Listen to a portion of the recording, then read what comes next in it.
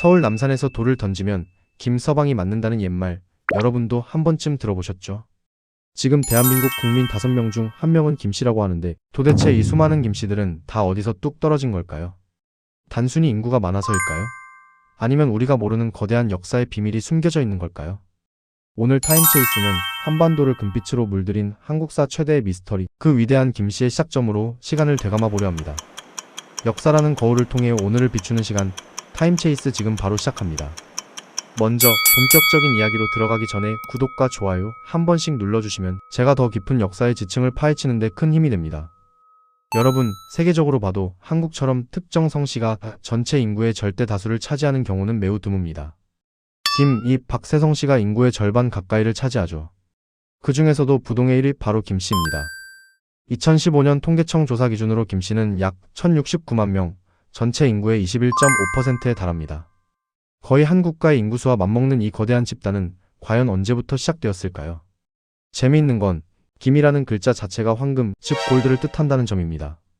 고대 사회에서 금은 권력과 신성함, 그리고 불변의 가치를 상징했죠.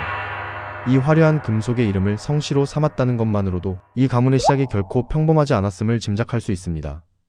마치 현대 사회에서 누군가의 이름이 다이아몬드나 플래티넘인 것과 비슷한 뉘앙스라고 할까요? 하지만 단순히 금이 좋아서 김씨가 된 것은 아닙니다. 여기에는 삼국유사와 삼국사기가 전하는 아주 구체적이고도 신비로운 두 가지 건국 신화가 존재합니다. 하나는 경주 숲속의 황금 상자 이야기이고 다른 하나는 하늘에서 내려온 황금 알 이야기입니다. 오늘 우리는 이 두 가지 갈래, 즉 경주 김씨의 시조 김알지와 김의 김씨의 시조 수로왕의 이야기를 현미경 들여다보듯 자세히 파헤쳐 볼 겁니다. 자, 타임머신을 타고 서기 65년 신라 제4대 왕인 탈의 이사금 시대로 가보겠습니다. 당시 신라의 수도 서라벌, 지금의 경주에는 시림이라는 울창한 숲이 있었습니다. 어느 날 밤, 탈의 왕은 잠을 이루지 못하고 서라벌의 야경을 바라보다가 기이한 광경을 목격합니다. 시림 쪽에서 마치 레이저 쇼라도 펼쳐지는 듯 눈부신 황금빛 서기가 뿜어져 나오고 있었던 거죠. 왕은 즉시 자신의 최측근 호공을 부릅니다. 호공아, 저 숲에서 심상치 않은 기운이 느껴진다. 당장 가서 확인해보거라. 호공이 헐레벌떡 숲으로 달려가 보니 그 광경은 실로 기묘했습니다.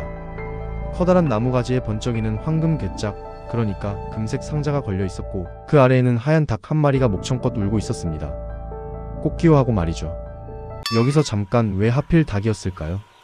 고대 사회에서 닭, 특히 흰 닭은 어둠을 몰아내고 빛을 부르는 영물로 여겨졌습니다. 새벽을 알리는 존재니까요. 즉, 이 장면은 새로운 시대의 빛이 도래했다는 강력한 메타포입니다. 호공의 보고를 받은 탈의 왕은 직접 숲으로 행차합니다. 왕이 괴짝을 조심스럽게 열자 그 안에는 놀랍게도 갓난 사내아이가 들어있었습니다. 삼국유사 기록에 따르면 아이의 용모가 아주 단정하고 범상치 않았다고 합니다. 마치 박혁거세가 알에서 깨어난 것과 비견될 만큼 신성한 등장이었죠. 탈의 왕은 이 아이를 하늘이 준 선물이라 생각하고 궁으로 데려와 길렀습니다. 아이의 이름을 알지라고 지었죠. 여기서 알지는 우리말로 아기를 뜻한다는 설도 있고 고대 몽골어나 튀르커 계통에서 지혜나 금을 뜻하는 단어와 연결된다는 학설도 있습니다. 그리고 그가 나온 상자가 금으로 되어 있었다 하여 성을 김이라 하였습니다. 이것이 바로 신라 왕실의 핵심 세력이자 훗날 삼국 통일의 주역이 되는 경주 김씨의 시작입니다. 또한 아이를 발견한 숲시림은 닭이 울었다고 해서 탁 계자를 써서 계림으로 이름을 바꾸게 되죠. 이 계림은 나중에 신라라는 국호가 정착되기 전까지 나라 이름처럼 쓰이기도 했습니다. 자, 이번에는 카메라 앵글을 조금 돌려 낙동강 하류, 지금의 김해 지역으로 가보겠습니다. 때는 서기 42년, 신라보다 조금 앞선 시기입니다. 이곳에는 아직 왕이라는 존재 없이 9명의 추장, 즉 구간들이 부족을 다스리고 있었습니다. 어느 날 마을 북쪽 구지봉에서 이상한 소리가 들려옵니다. 여기에 누가 있나요? 구간들은 보이지 않는 목소리에 대답합니다. 저희들이 있습니다. 그러자 목소리가 다시 말합니다. 하늘이 나에게 이곳에 내려와 나라를 세우고 왕이 되라고 명하셨다. 너희는 삼봉우리 흙을 파면서 노래를 부르고 춤을 춰라. 이때 불렀던 노래가 바로 그 유명한 고대 노동요이자 추술가 구지가입니다. 거부가 머리를 내놓아라. 내놓지 않으면 구워서 먹으리라. 지금 들으면 섬뜩한 협박 같기도 하지만 당시 거북은 신과 인간을 연결하는 매개체이자 장수의 상징이었습니다. 머리를 내놓으라는 건 새로운 생명, 즉 우두머리의 탄생을 갈구하는 제의적인 퍼포먼스였던 셈입니다. 사람들이 노래하고 춤추자 하늘에서 자줏빛줄이 내려왔고 그 끝에는 붉은 보자기에 쌓인 금압이 있었습니다. 상자를 열어보니 둥근 황금 알 6개가 들어있었죠. 이 알들에서 6명의 사내 아이가 태어났는데 그중 가장 먼저 나온 아이가 바로 수로입니다. 머리수의 이슬로 가장 먼저 나타났다는 뜻이죠. 수로왕은 금강가야를 건국하고 그 역시 금 알에서 나왔다 하여 성을 김으로 삼았습니다. 이분이 바로 김의 김씨의 시조입니다. 자, 여러분, 두 이야기의 공통점이 보이시나요? 바로 금과 하늘 그리고 알입니다. 이는 당시 한반도 남부의 강력한 철기, 문화를 바탕으로 한 새로운 지배 세력이 등장했음을 상징적으로 보여줍니다. 철은 곧 무기자 농기구였고 이것을 다루는 자가 권력을 쥐는 시대였으니까요. 금속을 다루는 기술, 그것을 김이라는 성씨로 표현한 것은 아닐까요? 단순히 신화로만 끝내기엔 역사적 팩트들이 너무나 흥미진진합니다. 경주 김씨 김알지의 후손들은 처음부터 바로 왕이 된 건 아닙니다. 팍씨 석씨 김씨가 돌아가며 왕위를 잇다가 13대 미추 이사금 때 처음으로 김씨 왕이 탄생하고 17대 뇌물 마립간 때부터 김씨가 왕위를 독점 세습하게 됩니다. 이후 김씨는 신라 천년사직을 지탱하는 가장 거대한 징골 귀족 집단이 되었죠.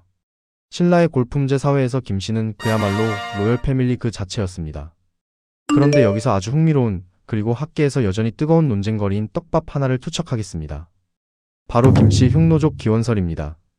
아니, 우리 민족의 뿌리가 북방 유목민족이라고? 하고 놀라시는 분들 계실 겁니다. 이 주장의 근거는 경주에서 발견된 문무왕릉비 파편에 있습니다. 비석에는 신라 김씨의 조상을 설명하며 투후 제천지윤이라는 표현이 등장합니다.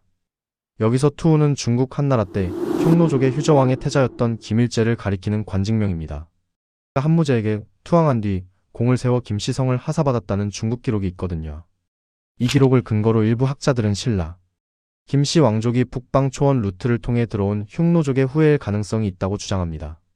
실제로 신라의 황금 유물들, 특히 금관이나 허리띠, 장식 등은 북방 유목민족인 스키타이-시베리아 문화와 놀라울 정도로 유사합니다.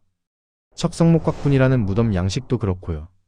물론 이것이 모든 한국인이 흉노족이다라는 뜻은 절대 아닙니다. 다만 고대 한반도가 우리가 생각하는 것보다 훨씬 더 개방적이고 역동적인 국제 교류의 장이었음을 시사하는 강력한 증거입니다. 북방의 유목 문화와 한반도의 토착 문화가 융합되어 지금의 독창적인 문화를 만들어낸 것이죠. 오늘 우리는 대한민국의 가장 거대한 성씨 집단 김씨의 두 가지 시작점을 따라가 보았습니다.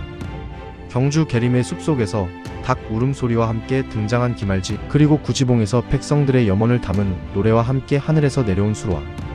이 두 이야기는 단순한 건국 신화가 아니라 철기 문명을 바탕으로 새로운 질서를 만들고자 했던 고대인들의 열망이 투영된 다큐멘터리일지도 모릅니다. 지금 여러분의 성이 김씨가 아니더라도 상관없습니다. 이 이야기가 중요한 이유는 우리의 뿌리가 단일하고 고정된 것이 아니라 수많은 이동과 융합 그리고 혁신을 통해 만들어졌다는 사실을 보여주기 때문입니다. 금괴에서 나왔든 금알에서 나왔든 그 금이 상징하는 것은 변하지 않는 가치와 빛나는 미래에 대한 희망이었을 테니까요. 여러분은 이 김씨의 기원 설화 중 어느 쪽이 더 매력적으로 들리시나요? 혹시 여러분의 집안에 내려오는 재미있는 족보 이야기가 있다면 댓글로 공유해주세요. 역사는 책 속에만 있는 게 아니라 바로 여러분의 이야기 속에 살아 숨쉬고 있습니다. 오늘 김씨의 시작 이야기가 흥미로우셨다면 구독과 좋아요, 알림 설정 부탁드립니다. 지금까지 타임체이스였습니다. 감사합니다.